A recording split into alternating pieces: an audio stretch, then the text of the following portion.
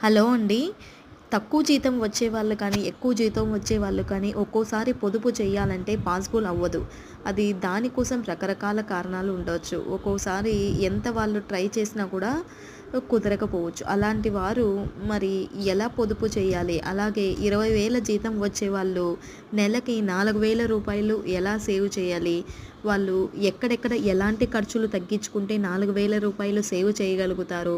అలాగే ఉన్న జీతంతో ఎలా సర్దుకుపోవాలి అనే దాని గురించి మొత్తం వీటి గురించి ఒక ఫుల్ వీడియో అయితే చేశానండి.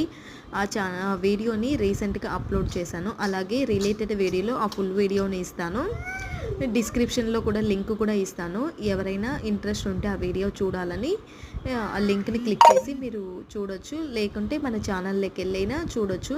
ఖచ్చితంగా మీకు యూజ్ అవుతుందండి. ఆ వీడియో చూసినట్లయితే మీరు ఖచ్చితంగా కొంతైనా సేవ్ చేయగలుగుతారు.